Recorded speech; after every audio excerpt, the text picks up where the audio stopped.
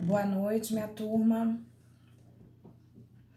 Iniciando agora, né, no dia 17/4, nossa aula de Penal 2. Espero realmente que todos os meus alunos estejam bem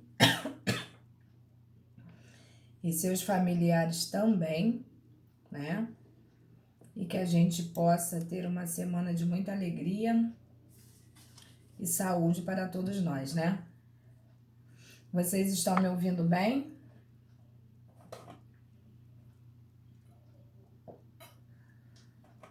Boa noite, gente. Estão me ouvindo bem, né? Eu preciso ouvi-los também. Eu preciso saber se eu estou ouvindo vocês bem. Alguém poderia falar comigo? Boa noite. Boa noite, querido. Tiago, Tudo né? bem? Isso, tudo bem com a senhora? Tudo bem, Tiago. E você? Estão todos bem? Tudo bem, graças a Deus. Graças a Deus, Tiago. Hoje eu não tô... eu não posso dizer que eu não estou bem, né? Eu estou bem. Mas hoje eu tô assim meio chatinha, porque eu tô com uma dor de cabeça danada desde de manhã. Então eu peço até desculpa a vocês se houver alguma desatenção da minha parte, porque é aquela dor de cabeça que fica martelando aqui do lado. E eu já tomei tanto remédio, ela não passa, que eu vou realmente pedir desculpas a vocês se houver alguma falha, entendeu? Mas eu acho que, na verdade, espero que não seja o coronavírus, mas acho que é realmente uma gripe, entendeu? Porque eu tô até meio rouca também, então, se for coronavírus, eu prometo não espirrar em cima de vocês. Juro. Mas não é não. Se Deus quiser, não é não.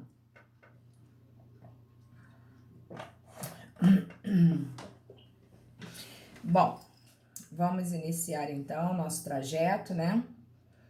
Pode ser excesso de cafeína? Ah, pode, Juan, pode mesmo, porque eu vou te falar. Ó, já tá aqui do lado, ó. Aí eu tô equilibrando hoje com uma aguinha de coco. Já tomei um chazinho. Na primeira aula eu tomei só chá. E agora eu vou entrar no cafezinho, porque afinal de contas, sexta-feira, último tempo, né? Então, o cansaço da semana começa a bater. E vocês não têm ideia do quanto é muito mais cansativo dar aula. Ah, com uísque. Com uísque é melhor ainda, né, Juan? Mas não tô podendo, não. Mas vamos dar continuidade. Vocês lembram onde eu parei com vocês?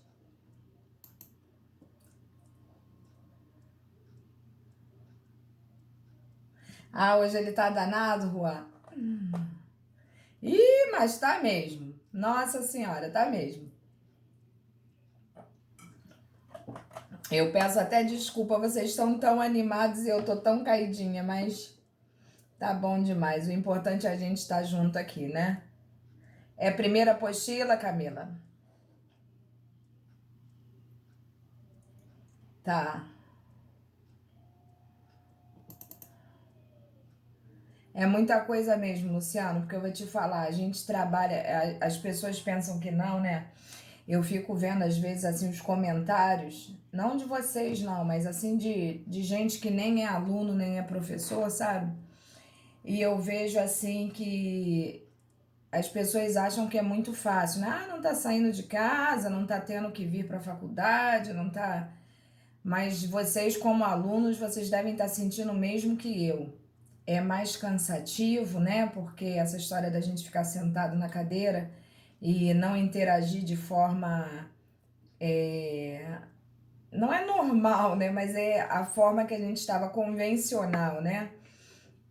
É muito complicado e a questão da dinâmica também toma o teu dia inteiro e você acaba ficando presa numa série de situações. Então é complicadinho, sim. Bom, o slide que nós paramos, se não me falha a memória, nós paramos perto do intercrimes, não é isso?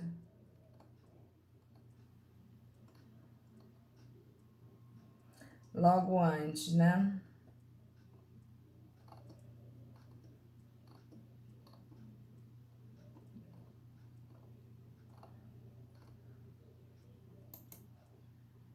Nós falamos sobre infração penal, espécies de infração penal, não falamos? Não? Desde penal 1 falamos, né?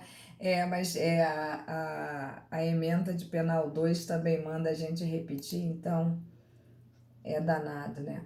Falamos sobre as formas de conduta, né? Me fala aí, gente. Falamos, né? Então seria infração penal mesmo, não é isso? Legal. Então vamos. Exato, né? Beleza. Não tem importância não. Mas antes de eu começar, vocês querem que a gente inicie dando a matéria? Vocês averiguaram que eu coloquei um questionáriozinho pequenininho para vocês lá no seguro?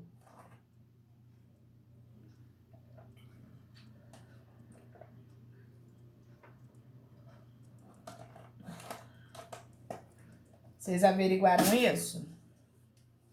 Pois é. Se vocês puderem ir lá, já joga no grupo aí, né? Não é? Joga no grupo aí o questionário, porque a gente vai fazer ele em sala. Nós vamos fazer ele em aula, eu vou dar 20 minutos para vocês e a gente vai corrigi-lo em aula. Beleza. E também postei lá o que seria uma forma de avaliação para nós.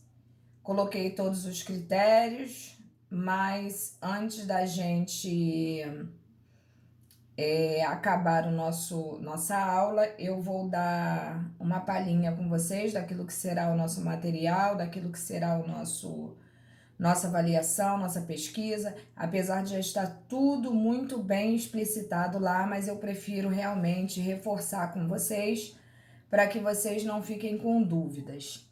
Mas então o que eu vou fazer? Eu vou dar a matéria agora, paro quando eu achar que já dei aquilo que tinha que ser dado, paro a matéria, dou o tempo para vocês fazerem as questõezinhas, a gente corrige, eu falo sobre o nosso trabalho e a gente encerra a aula. Tranquilo para vocês? Dessa forma como eu coloquei aí? Beleza. Então vamos lá. Bom, infração penal, como o Luciano bem colocou, né? Nós já falamos sobre isso em penal 1. É só uma questão de rememorar realmente. Haja vista que vocês já estão carecas, né? De saber o que é infração penal, o que é crime, entre outros fatores que a gente já viu. Mas a gente sabe que infração... Tiago já está careca. Ai, vocês são ótimos. Maldade, maldade. Verdade. Então, hoje vocês estão à toa, hein? Essa história de ficar trancado em casa tá deixando todo mundo muito cheio de energia. Vamos lá. Infração penal é uma forma genérica, né? De nós falarmos sobre a conceituação daquilo que é um delito, né? Ou uma contravenção, ou para quem gosta da nomenclatura crime, não é isso? Seria, então, uma forma genérica de nós falarmos que uma pessoa praticou um ato ilícito, né? E quando a gente não sabe se a pessoa praticou um crime ou uma contravenção, a forma mais correta de se utilizar, né, para falar nessa situação seria comentar que a pessoa praticou uma infração penal. Porque quando a gente fala assim, já engloba todos os contextos daquilo que seria considerado realmente um ilícito. Então, vamos seguir aí na nossa apostilinha, página 40, né? Vamos dar seguimento ao nosso material e vamos fazer a leitura e vamos parando como a gente sempre faz. Então, infração penal ocorre quando qualquer pessoa pratica qualquer conduta descrita na lei e, através desta conduta, ofende um bem jurídico de uma terceira pessoa. Ou seja, as infrações penais constituem determinados comportamentos humanos proibidos por lei, sob a ameaça de uma pena. Então, observem que sob a ameaça de uma pena. É isso que a gente tem que ficar ligado, né? Não necessariamente com a cominação de uma pena. Não podemos esquecer isso jamais. Dentre as espécies de infração penal que a gente conhece na legislação brasileira, né?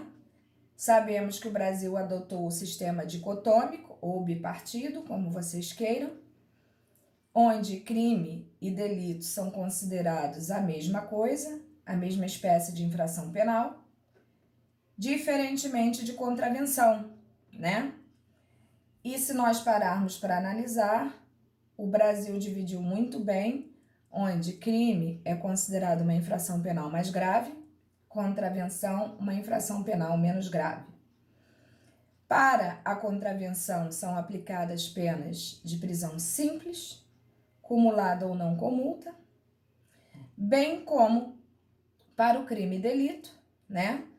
Por serem situações mais graves, são aplicadas também penas mais graves, como reclusão, detenção, podendo ser cumulada ou não, né? Também com a questão da multa. Então, nós sabemos também, como foi comentado no período passado, que existem países que adotaram o sistema tripartido, onde crime é uma coisa, delito é outra e contravenção é outra. Não é o caso do Brasil, não esqueçam disso, onde nós adotamos o sistema dicotômico. De dois, né? Ou bipartido, bi também de dois. Aí, Juan, café, ó. Gostei muito da ideia do uísque, apesar de preferir vinho. Mas o cafezinho agora vai me cair muito bem, vai me dar um levante. Então, a gente não pode esquecer, né? A gente não pode esquecer essa coisa tão simples, não é isso? Até pra gente aprender a trabalhar. Juan, está uma delícia. É uma pena eu não poder ofertá-lo a vocês. Mas está assim no ponto. Então, em relação à questão da infração penal e suas espécies, nós temos algum tipo de dúvida?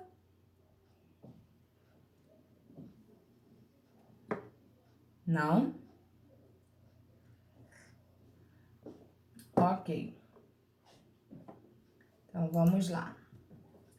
Entretanto, apesar de existirem duas espécies, os conceitos são bem parecidos, diferenciando-se apenas na gravidade da conduta e no tipo ou natureza da sanção que será imposta ou não, né?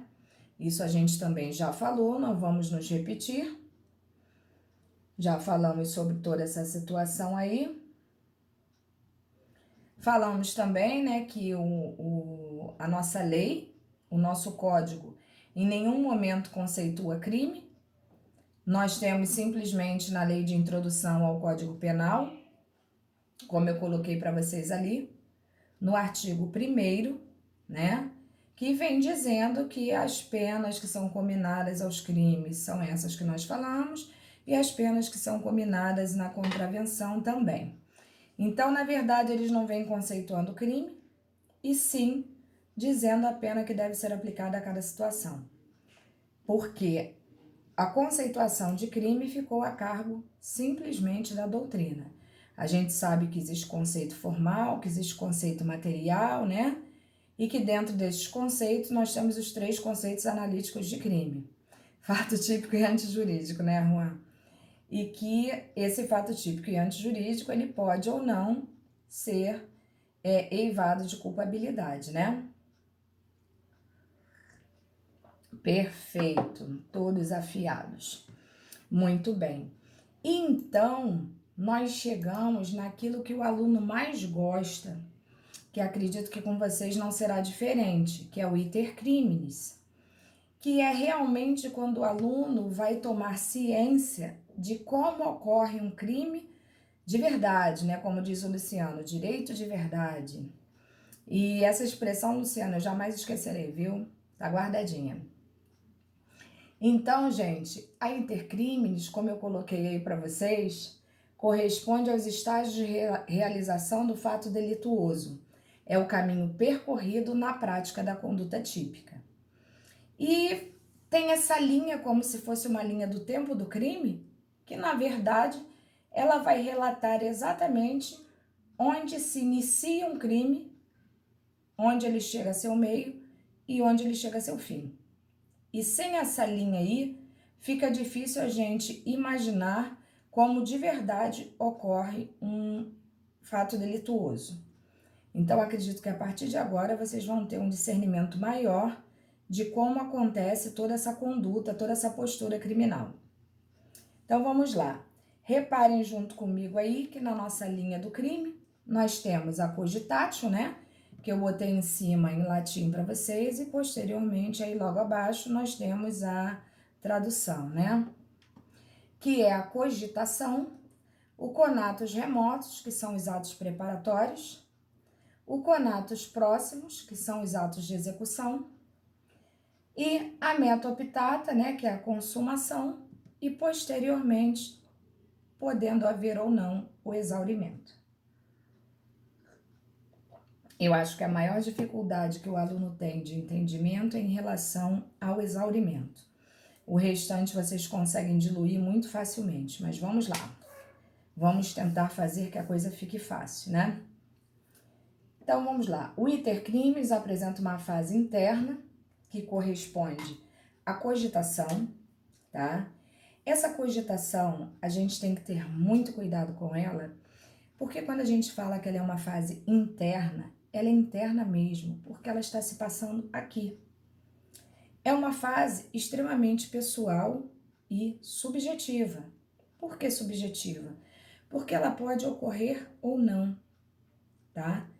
E só vai ocorrer a situação da evolução da cogitação a partir do momento que a gente exterioriza essa coisa que aqui está.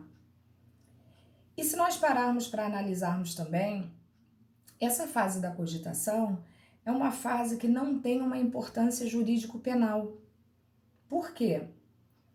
Enquanto está no pensamento não há infração, perfeito.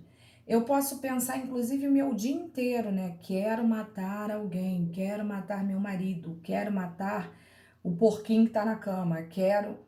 Não importa. Ai, Luciano sempre me arrasa.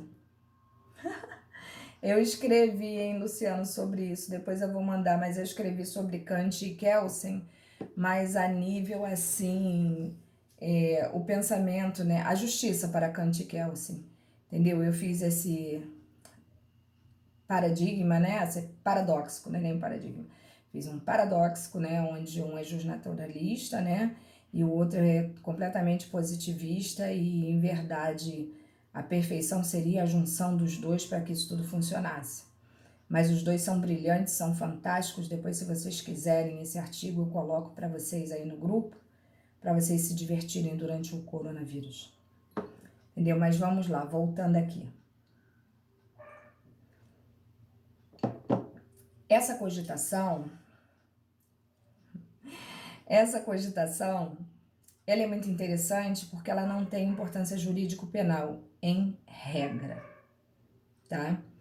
Por quê? Porque pensar, como disse o Juan, não é crime. Eu posso pensar que eu quero matar, por exemplo, que eu quero ferir, né? Qualquer coisa. Eu posso imaginar todos os detalhes e nada acontecer. Então, esta fase, em regra e inicialmente, não tem o menor valor jurídico penal. É como se ela fosse leve. Ela só existe porque, para dar continuidade a esta linha temporal aí criminal, ela tem que existir, tá? Então, observem aí, ó. É um momento de resolução interna quando o agente decide praticar o crime. Por isso, cuida-se de uma fase penalmente irrelevante, não havendo resposta jurídico-penal. Até porque teriam que inventar uma máquina para saber o que a gente está descobrindo, o que a gente está pensando, descobrir o que a gente está pensando.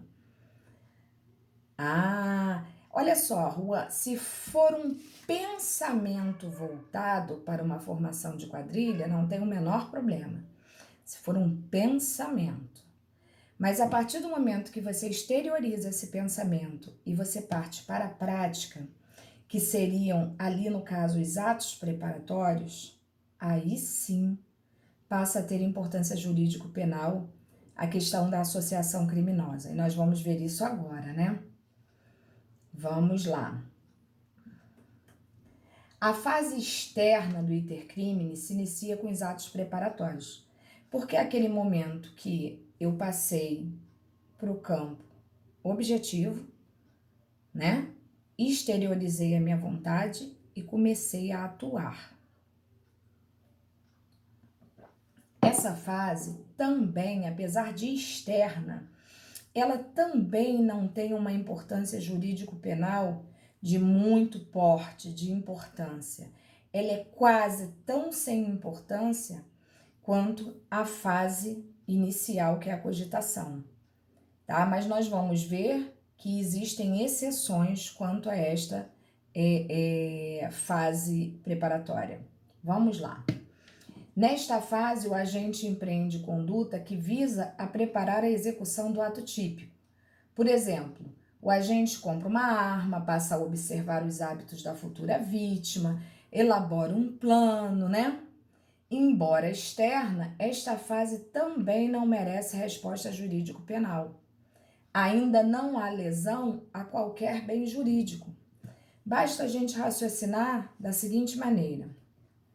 Eu pensei e comecei a botar em prática o meu pensamento. Eu dei continuidade ao meu pensamento. Aí fui e quero matar uma pessoa. Para que eu mate uma pessoa, eu quero matar com um revólver, vamos supor. Não deixa o revólver de fora, quero matar a facada. Quero esfaquear uma pessoa. Primeiro, tem que ter uma faca boa, de um bom tamanho, que seja firme, que seja forte. Então, tem que comprar essa faca, porque a gente não tem uma faca dessa em casa. Aí eu quero também, né, dar um jeito de sumir com aquela criatura, né? Eu compro o saco, compro a fita para amarrar, compro uma pá para cavar um buraco, compro uma série de coisas, né? Compro uma série de coisas para efetivamente colocar em prática aquilo que eu tô pensando. Fui lá e comprei. Se no meio disso tudo eu resolver também não fazer mais nada, Tramontina, facas guinso, não quiser fazer mais nada, observem que eu só acabei de comprar uma faca, uma fita, um saco preto, uma pá, né? Isso tudo são coisas que qualquer um pode ter em casa. Não é verdade? Até porque a gente não vai sair comprando essas coisas e falando, estou comprando para matar alguém. Então, em tese, essa fase também não é importante.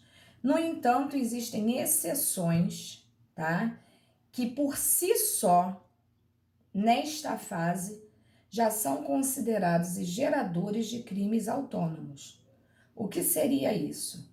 Existem situações, existem tipicidades já existentes que não necessitam passar dessa fase. Desculpa atrapalhar a aula, mas a senhora está mais magra. Eu estou mais magra, tomara, pelo menos uma boa notícia, né? Porque a gente fica comendo igual um dragão, entendeu?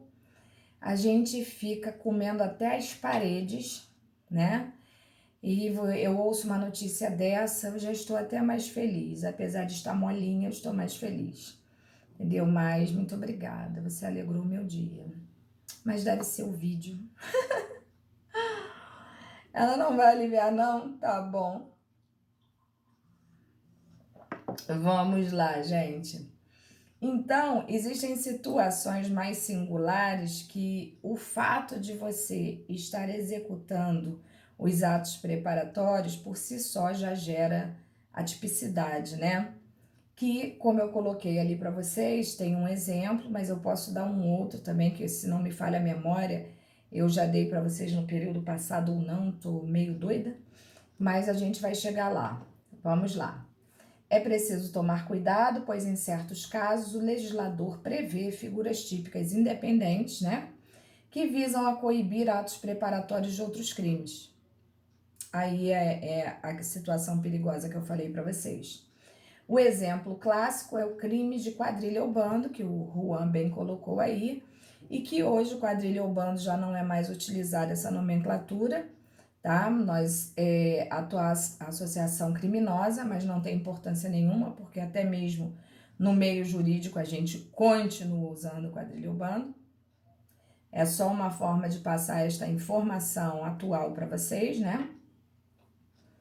Em que a mera reunião de mais de 3 pessoas com a finalidade de praticar crimes já é considerada a fase de execução. Olha que coisa. Os atos preparatórios já ocorrem de maneira como se você estivesse executando o crime, não sendo necessário que os crimes acordados pelos integrantes sejam efetivamente praticados. Não é sentar e conversar, não é sentar e conversar. Ali já existe uma intenção, né? É como uma reunião de traficantes, é uma associação criminosa.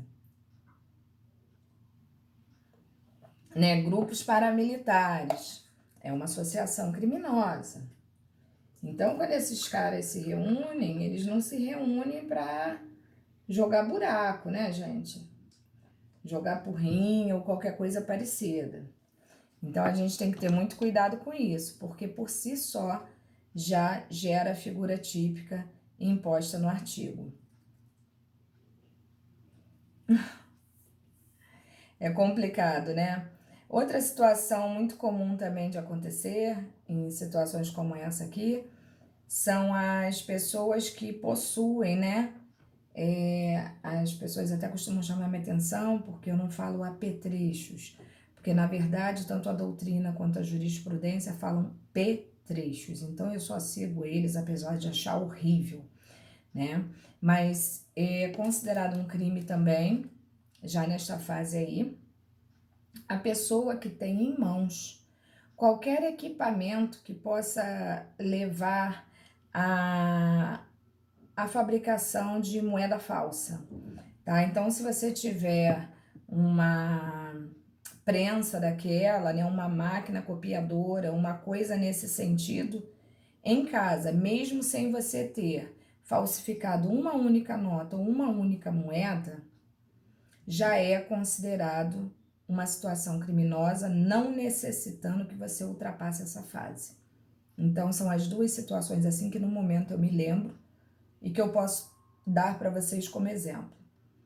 Então, muito cuidado, porque a OAB, por exemplo, adora em sua prova fazer perguntas do tipo, né? Quais são as exceções existentes e se existe situação em que na intercrimes os atos preparatórios já podem ser considerados, né, o fato típico. Então, muito cuidado, não esqueçam disso. Até aqui tranquilo com todos vocês? Tá dando para entender aí? Boa noite, Ingrid. Beleza, gente, beleza. Então, vamos passar aí, né? Legal, gente, bacana mesmo. Vamos passar aí a execução. É uma fase também externa, aliás, a gente tem que ter muito cuidado, porque a única fase interna que tem, né? Evidentemente, é a cogitação, todas as outras são externas, né? Uma complementando a outra, se sucedendo. Então, é uma fase externa e ocorre quando é acionada a atividade que constitui o fato penalmente relevante. Para a justiça, né, a coisa começa a contar efetivamente daqui, tirando as devidas exceções, como nós já falamos anteriormente.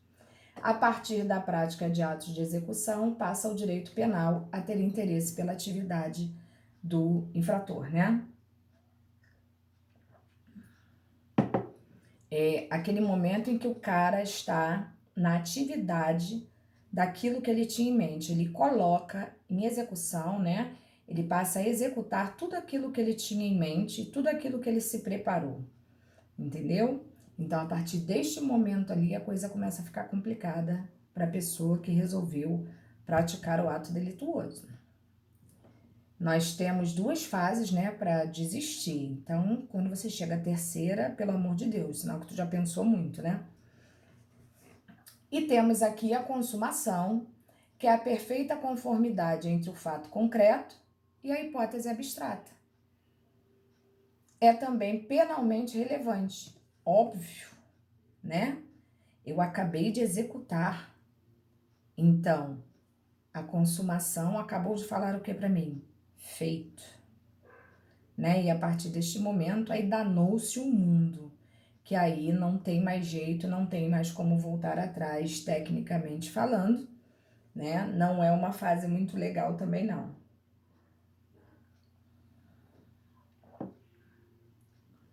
Beleza, espero sim. Espero sim, até porque a fase que nós vamos falar agora é o exaurimento, e o exaurimento sempre me exaure, porque eu tento passar para o aluno, valeu, Juan. E realmente é assim, não é que seja complicado o entendimento disso, tá? Pelo contrário, é muito tranquilo, mas é porque as pessoas não conseguem aceitar em verdade o que é um exaurimento. Então vamos lá, já que todos estão aí, vamos dar continuidade. Olha bem, o exaurimento é, a princípio, penalmente irrelevante. Vamos abrir a mente. Penalmente irrelevante, por quê? Porque toda aquela sequência criminosa que tinha que acontecer, já aconteceu. Eu pensei, eu preparei, eu executei e eu consumei. Então, qual é a dúvida? Já pratiquei o crime. Não tem para onde correr. O que vem depois da consumação é quase um que se dane, se não fossem por situações singulares que podem ocorrer com esse exaurimento. Olha bem, o exaurimento é, a princípio, penalmente irrelevante. No entanto, em certos casos, constituirá crime autônomo, como, por exemplo, o crime de ocultação de cadáver, previsto no artigo 211 do CP. Olha só, gente, para falar em ocultação de cadáver, eu tenho que ter uma pessoa morta, não é verdade? Então, já que a gente está falando em ocultação de cadáver, vamos supor que o crime tenha sido o quê? Homicídio. Então, eu matei. Mas eu não quero que ninguém ache esse corpo. Faço eu a pergunta a vocês. Se eu matei, o crime está consumado, ele já se finalizou.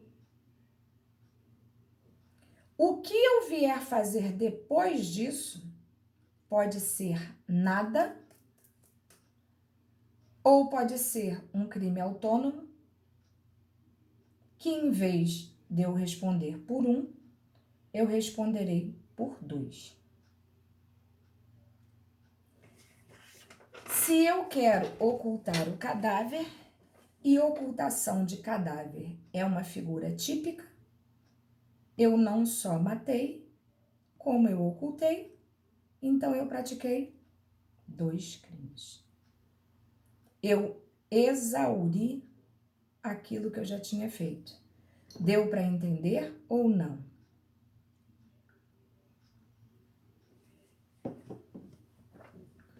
Sim, que bom. Mas vamos continuar aqui, beleza? Agora, eu vou dar um outro exemplo de exaurimento diferente desse aí, só para que vocês tenham ideia, tá? Esse exemplo que eu dei ali constitui crime autônomo. Mas vamos supor que eu sequestre você. Sequestro é um crime. Todo sequestro é para pedir resgate?